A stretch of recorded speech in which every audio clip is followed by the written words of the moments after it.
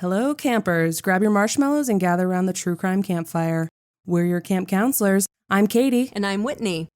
And we're here to tell you a true story that is way stranger than fiction. We're roasting murderers and marshmallows around the true crime campfire.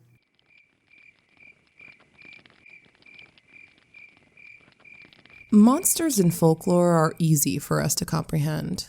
You can only kill a werewolf with a silver bullet. To stop a zombie for good, you have to destroy its brain, and vampires can't enter your home without your explicit permission. They also have pretty straightforward motivations. Werewolves, animalistic rage, zombies, brains, vampires, blood. Human monsters have motivations that are a lot more opaque. What could possess someone to kidnap a woman in broad daylight? To break into a home in the middle of the night to kill the strangers inside? What if no one saw anything? How do you catch a ghost?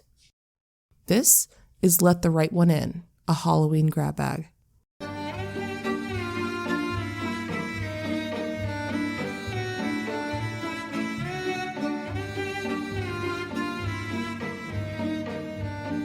Case 1. Depravity. The murder of Ethel Kid.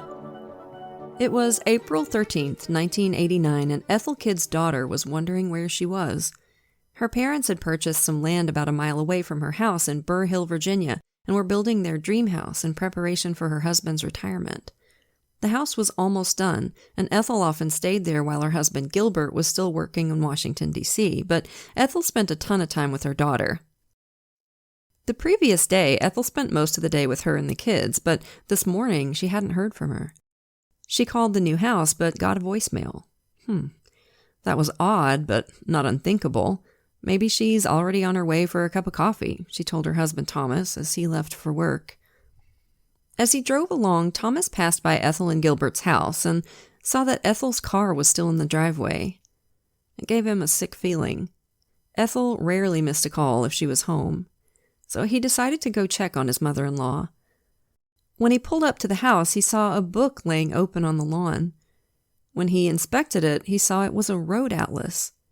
He grabbed it on his way into the house, thinking maybe Ethel just dropped it without noticing. He tried the front door, and when the doorknob gave, the panic rose in his chest. Ethel, who lived much of her life in the big city, would never, ever leave her door unlocked. She kept the door locked even during the day when she was home. As he walked through the house, calling her name, he was struck by how quiet it was. Not only that, but it seemed undisturbed.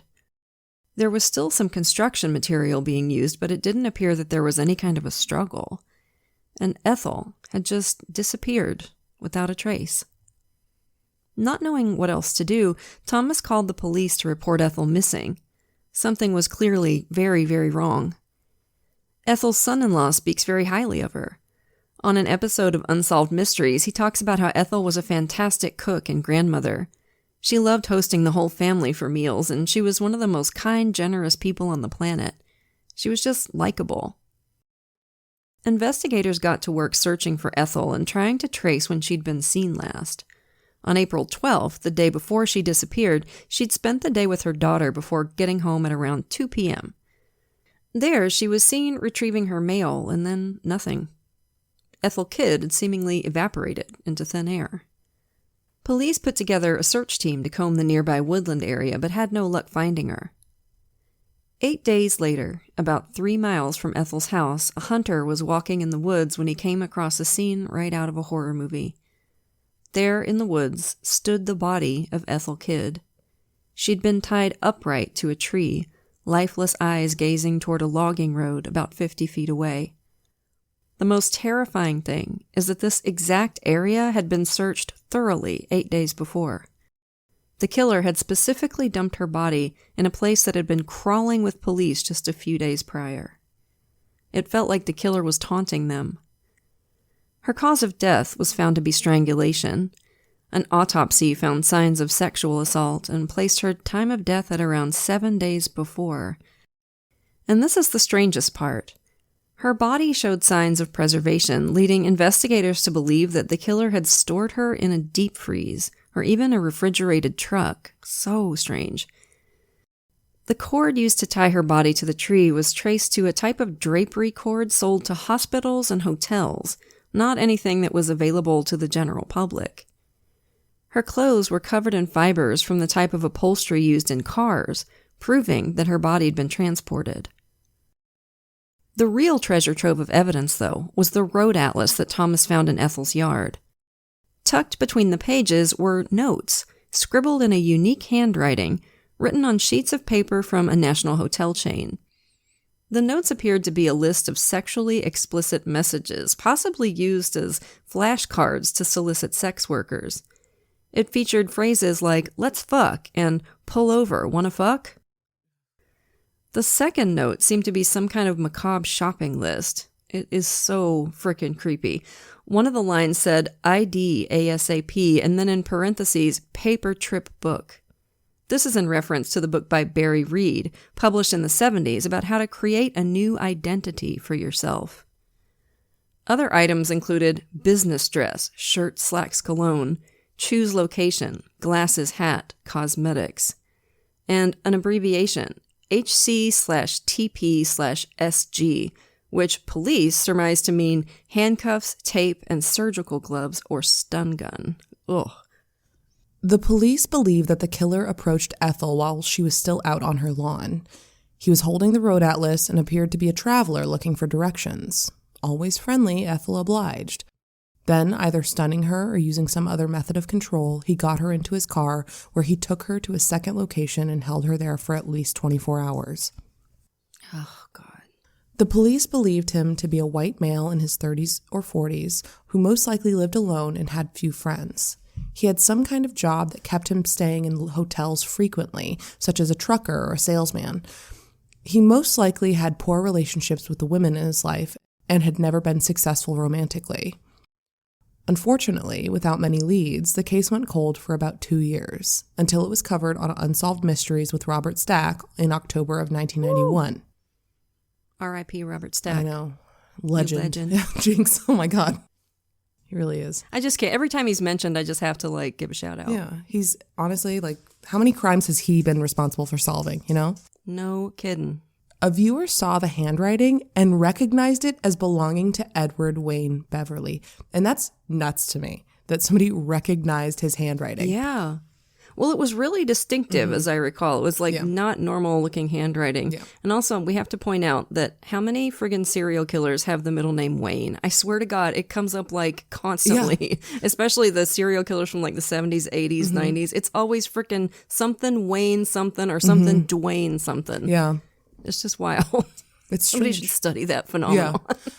It might just be the law of large numbers. Wayne was a very popular middle name, but also right. I'm sure. we might just be might just be naming our kids with serial killer names. You know. Investigators tracked him down and discovered that he was serving time in prison on a burglary charge. They learned that Edward Wayne had lived down the street from Ethel and moved out of town very soon after the murder was committed. They matched his DNA and fingerprints to those found at Ethel's house and at the dump site. He was charged with sexual assault, abduction, and murder and was sentenced to 3 consecutive life sentences.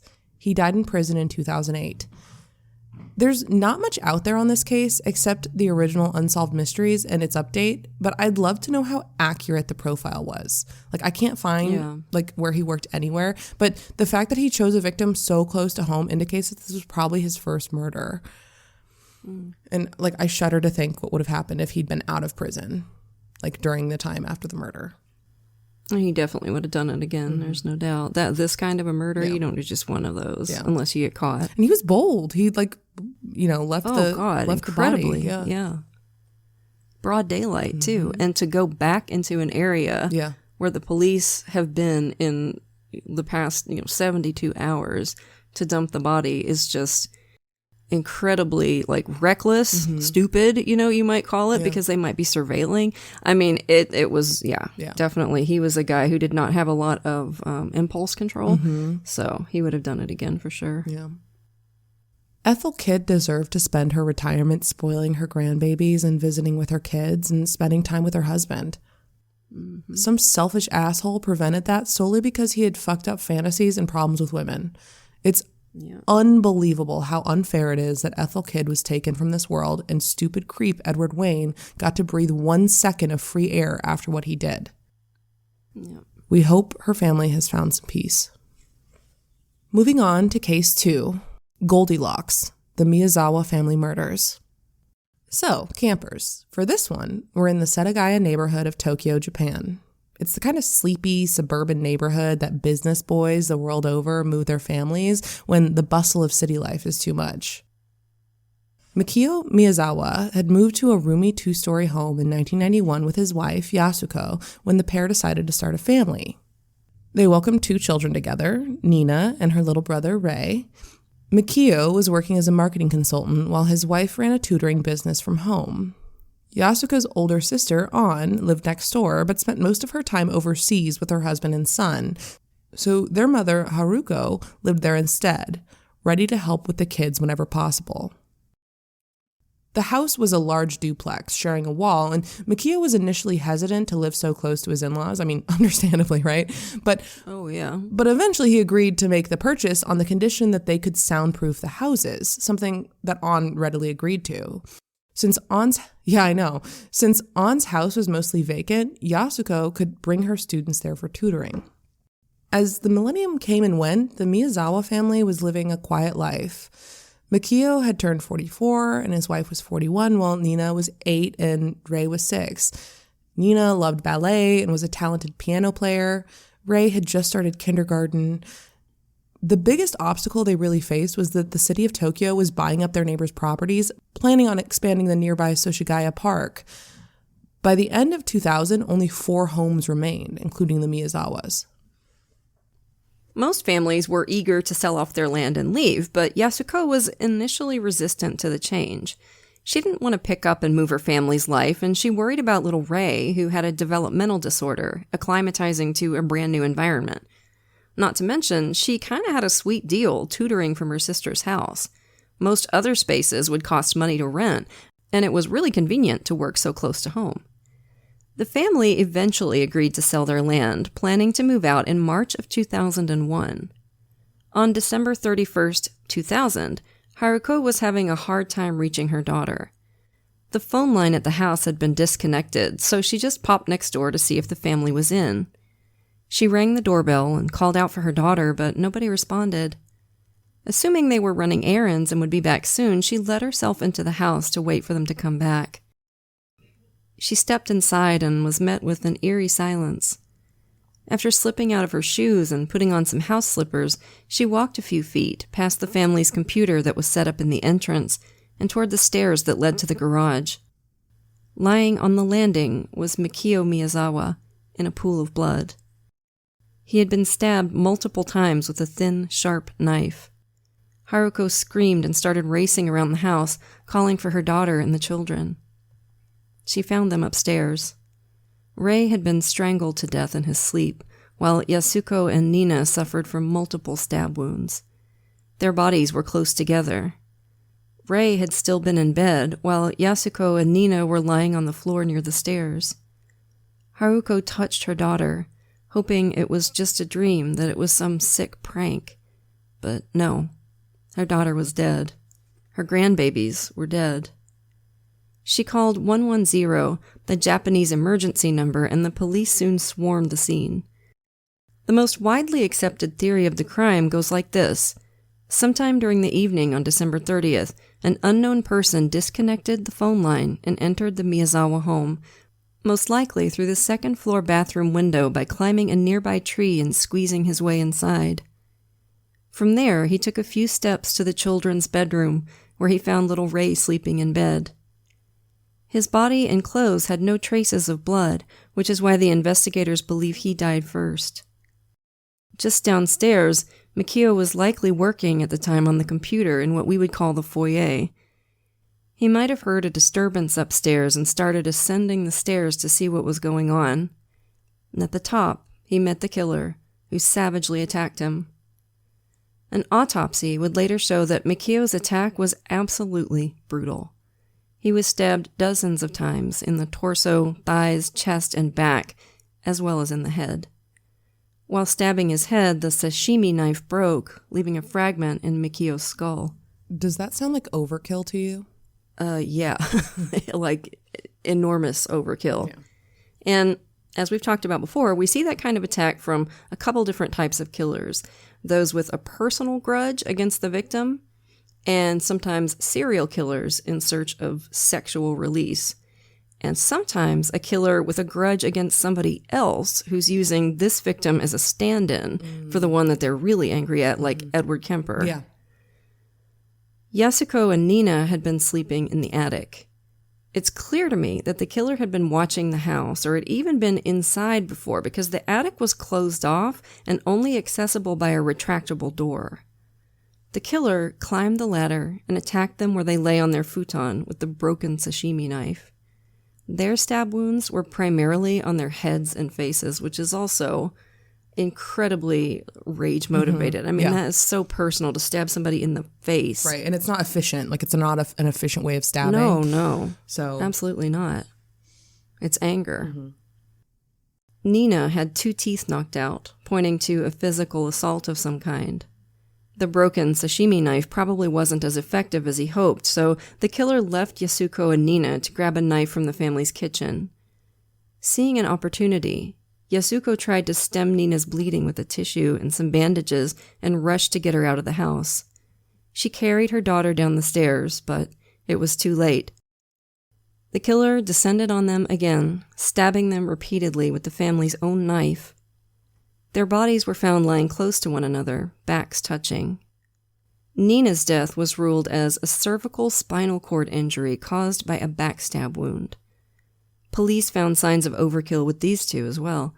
They were dead long before the killer stopped stabbing. At this point, the killer took his time.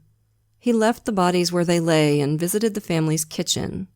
He found a first aid kit, which he used to try and treat a wound on his hand, presumably from when he was using the knives on the family. Then he found little cardboard cups of ice cream in the freezer.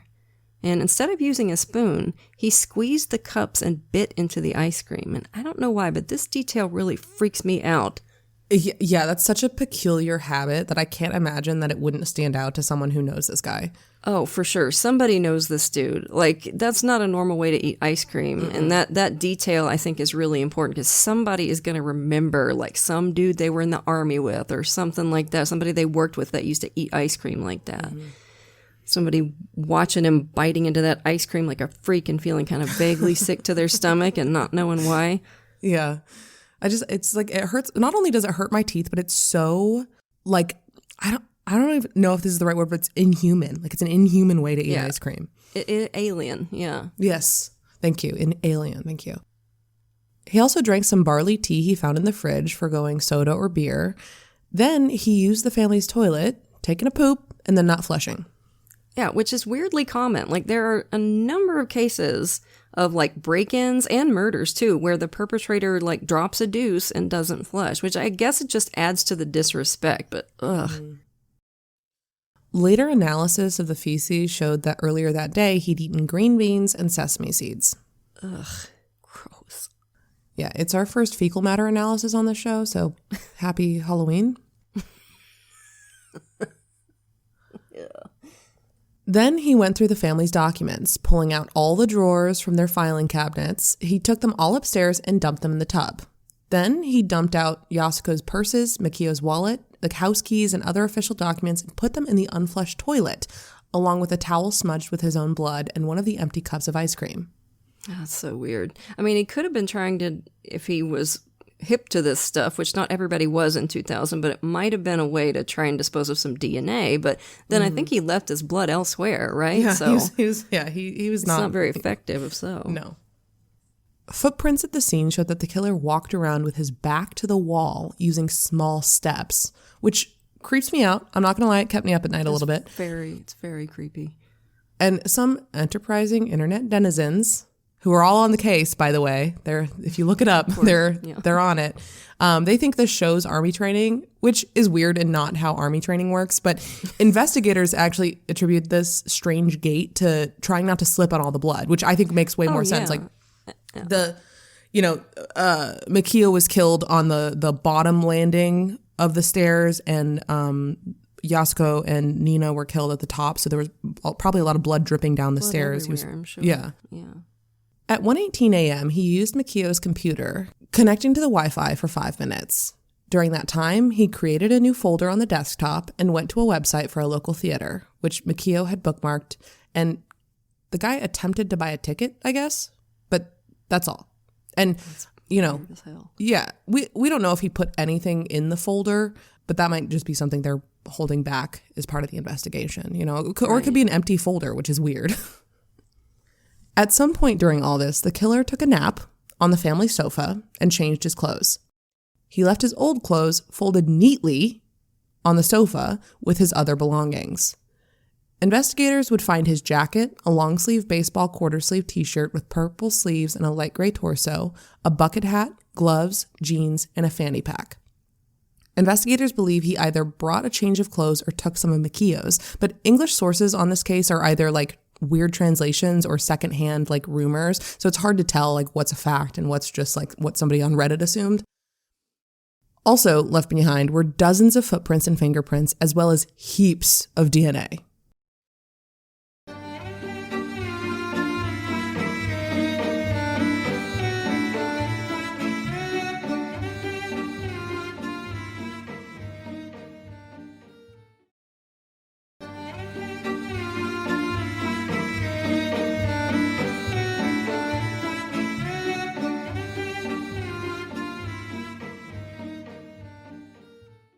For a long time, it was believed that the killer had been in the house until at least 10 a.m. because Mikio's computer connected to the Wi-Fi again at that time. However, that would mean the killer was in the house at the same time as Haruko, Yasuko's mother.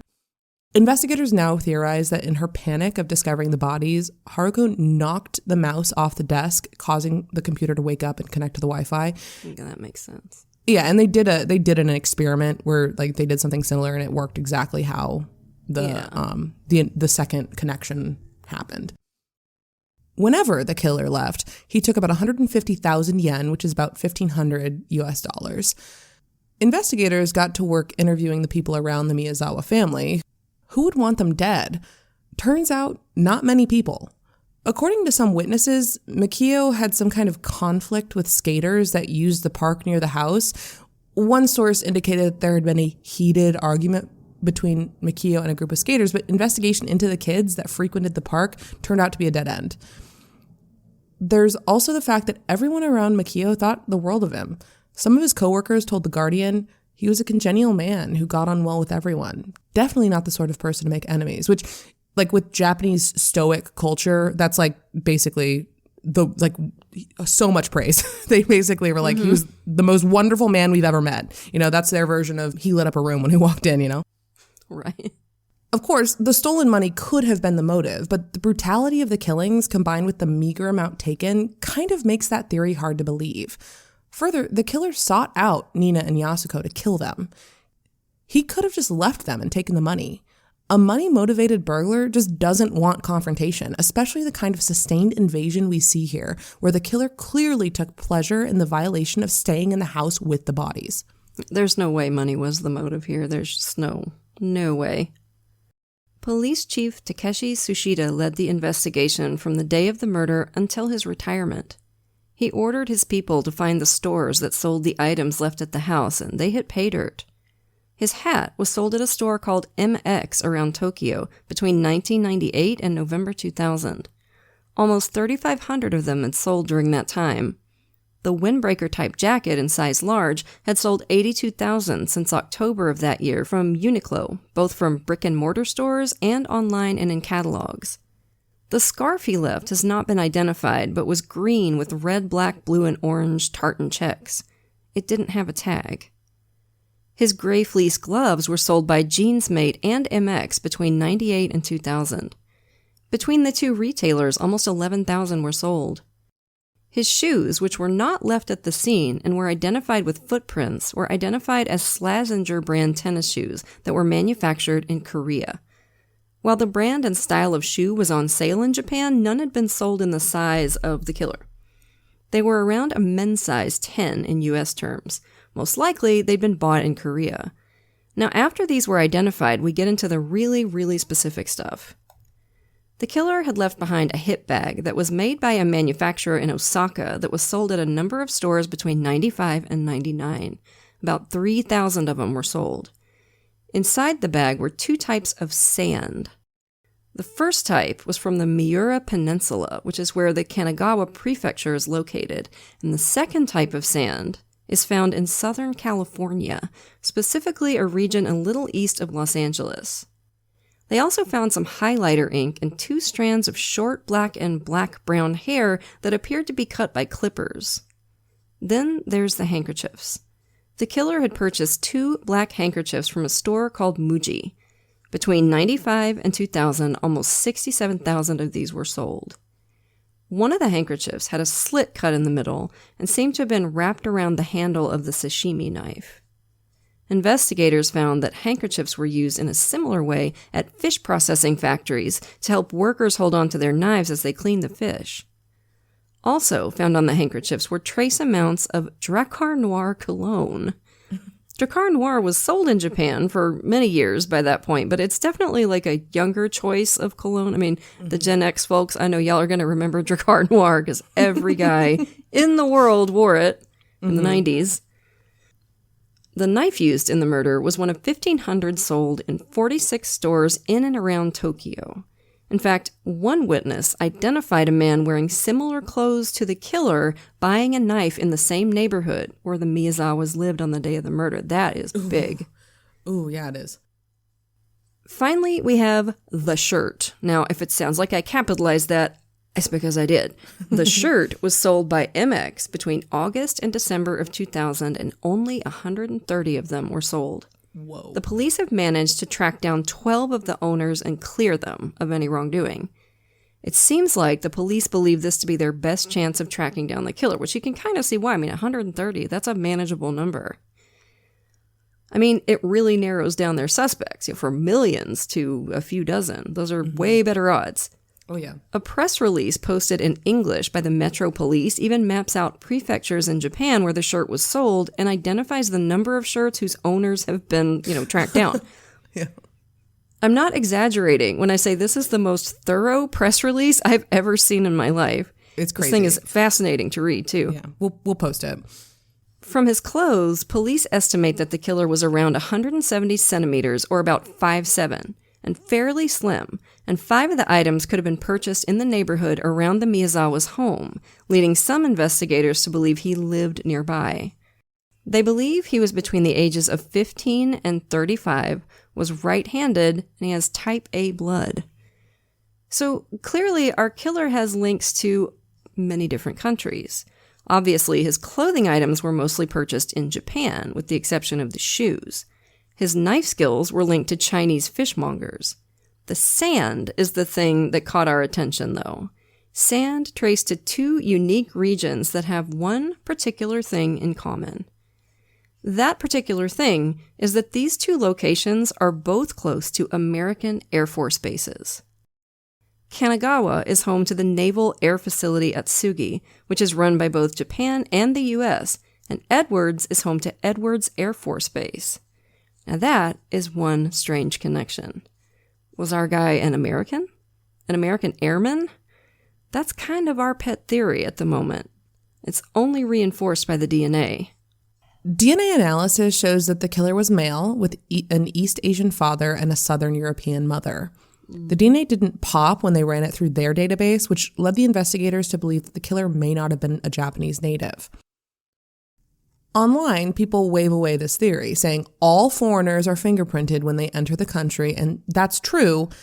Now, Japan didn't start fingerprinting every visitor until after 9/11 and didn't really have an established system until 2007. Right. And add that to the fact that he may have entered the country as part of deployment. I'm not sure if he would have been fingerprinted at all. Yeah, I'm curious if any military training would include how to wrap a knife with cloth to protect your hands or to hold on to it better. Yeah, good point. I bet it does. Yeah, I wouldn't be surprised. After the murder, 2 people came to the police with reports of a suspicious man. Sometime after midnight on the night of the murder, a woman said she'd been driving outside the crime scene when a man ran out of the house and jumped in front of her car, getting clipped by her bumper before scurrying away. Investigators don't believe this witness, as there was no sign of blood on her car or on the street outside the house. Further, Haruko, Yasuko's mother, reported that she unlocked the door the next morning and the killer had dumped all the house keys into the toilet. So he didn't run out the door, you know? Yeah. The day after the murder, a man came to a medical center in a town about 3 hours away from the Miyazawa home with a wound on his hand so deep that his bone was visible and he needed to be stitched up. The staff told police that he was in his late 30s, so the police let that lead die because they didn't think he matched the description of a youthful skater. Oh, come on. Okay, you'd think that they would haul his ass in, like, just to be safe. Anybody can buy clothes.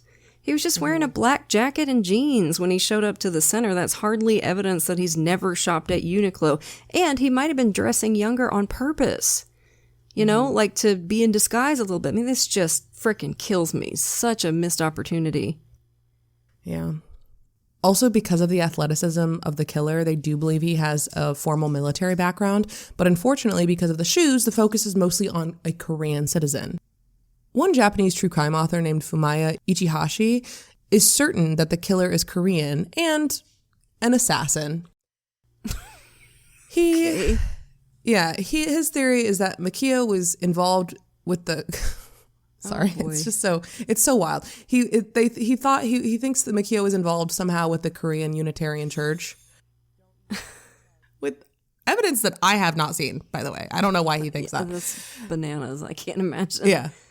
And this church, motivated by the money that the family would have made from selling their house, ordered a hit on the entire family.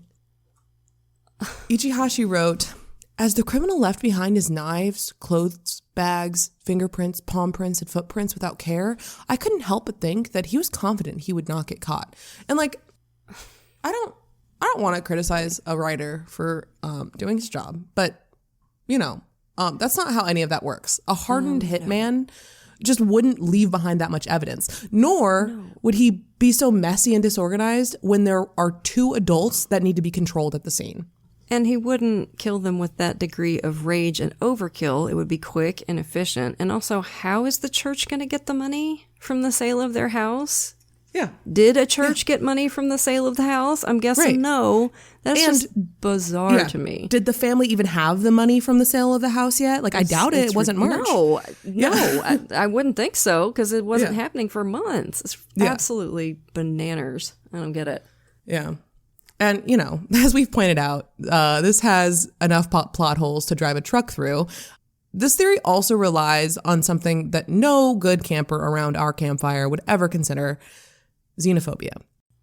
Japan has a pretty pervasive anti-Korean sentiment, so it would make sense that it'd be easier for them to believe that a Korean national committed a horrific murder instead of a Japanese citizen.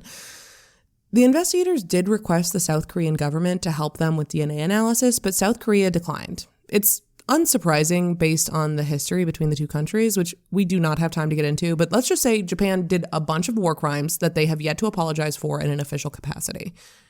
Yeah, if we were a history or culture podcast, we'd absolutely take you down that rabbit hole. But for now, let's just say that it's understandable that South Korea might not want to fork over their citizens' DNA just because some shoe prints were found at the crime scene. I don't think this theory holds a lot of water anyway, especially because if this was the work of a hitman, he's the worst hitman that we've ever seen in the history of our show. And we've seen some real bad ones. Yeah, we have. Right? And like, were they supposed to keep money in their house? This was $2,000. And the killer only got away with like $1,500 maximum. This feels like a serial killer to me. It feels like a stranger murder. Big Golden State Killer energy, the way he hung around in the house afterward and went through their stuff. That shows a desire to take ownership of these people. You're mine. I'll do with you what I want. I'll disrespect your stuff. So maybe he was transient, like Israel Keys. There could be cases like this that they haven't connected yet because they're happening in other countries. And that would definitely fit the profile of the military man, the airman who's all over the world. Yeah. Police Chief Tsuchida believes that this book is more like a novel than nonfiction. He said if the book was true, the criminal would have been caught. Yeah, true. I'd really like to know if the Japanese investigators have asked the U.S. feds to run the DNA against CODIS. The DNA markers are found in something like 1 in 5 Koreans, 1 in 10 Chinese people, and 1 in 4 Japanese people. So statistically, I can see why they want to follow the Korean lead, but also it's not great practice to limit your investigation that much so early. That kind of tunnel vision can kill a case dead. And it's entirely possible this angle is just over-reported by both Japanese and Western publications, so we can't really criticize the police on it at this point because it might just be overblown. The Metro Police actually still have detectives actively working this case. It's not cold. As of 2019, Detective Manabu Ibe has taken over. It's not a cold case. They are actively on it. So if anything we've talked about today caught your ear, please reach out to them. We'll post their contact information on our socials. This is one of those cases that just sticks with the investigators. You can tell it hit Police Chief Tsushita hard. In an interview for ABC News Australia, he says that he's still working on the case in an unofficial capacity. He goes back to the scene to remind himself of the details. The house is still standing, by the way. They have not sold it. And it's still filled with stuff. It's so sad. Oh, wow. He studies old case files. He stays in close contact with the family. He cooks meals and delivers them to Mikio's mother, Setsuko. Oh, man. And it's hard to fathom her grief. She has a shrine up in her home for her family. All of Nina's and Ray's toys are still on display. Whenever he goes and visits, he greets her and then immediately kneels at the shrine to pray. There's one more disturbing detail about this case. On April 9th, 2001, which was exactly 100 days after the murder, a 2-foot-tall, 70-pound statue on a short pedestal was placed in the park close to the Miyazawa home. The statue is stone, and it was of Jizo, a Buddhist deity that are believed to protect the souls of children that die before their parents and keep them safe from demons as they ascend into the afterlife. When I visited Japan, I visited the Garden of Unborn Children at the Zojoji Temple. There are rows and rows of these little stone statues with red hats and flowers and other offerings. The temple holds memorial services once a month for anyone who's experienced pregnancy loss, a stillborn birth, or an infant death. And the mourners make a little red pouch to hold their offerings and drape them around the statues and leave other gifts. It's one of the most moving experiences I've ever had, witnessing the care and love given to these families who've experienced one of the most inconceivable losses a human can experience. So, Jizo statues are an important and well-known figure in Japanese culture, especially when it comes to lost children. A small Chinese character translating to 6 was carved on the bottom of the statue and on top of the pedestal. So this is interesting. Could this have been the killer? Could it have been someone close to the family? It's not like it's something easily moved or concealed. We're talking about 70 pounds. Somebody had to heft this thing around and place it. The investigators have no idea who put it there, nor do they know who made it or where it was sold. It's just one more loose end in this case left unresolved. This is one of those unsolved cases that feels like it just needs a single push to solve. All the pieces are there. We're just waiting on the habeas corpus. To me, it feels like a tribute rather than a taunt to the statue, but who knows? We sometimes take for granted the safety we have in our homes. We'll leave you with this. In one media walkthrough of the house, one of Yasuko's sisters said that her family can't bear to demolish it. She points out the wall where Nina and Ray's heights were marked in pencil. She tells them, "Is it really okay to demolish the scene when the crime is being forgotten? I want people to know that the 4 of them were trying their best to survive in their small home." Let's all try our best this week, campers. For the Miyazawa family and for Ethel Kid. So those were wild ones, right, campers? You know we'll have another one for you next week. But for now, lock your doors, light your lights, and stay safe until we get together again around the True Crime Campfire. And as always, we want to send a grateful shout out to a few of our lovely patrons. Thank you so much to Lataja, Martha, Maxine, Liv, Angela, and Lydia. We appreciate y'all to the moon and back. And if you're not yet a patron, you are missing out.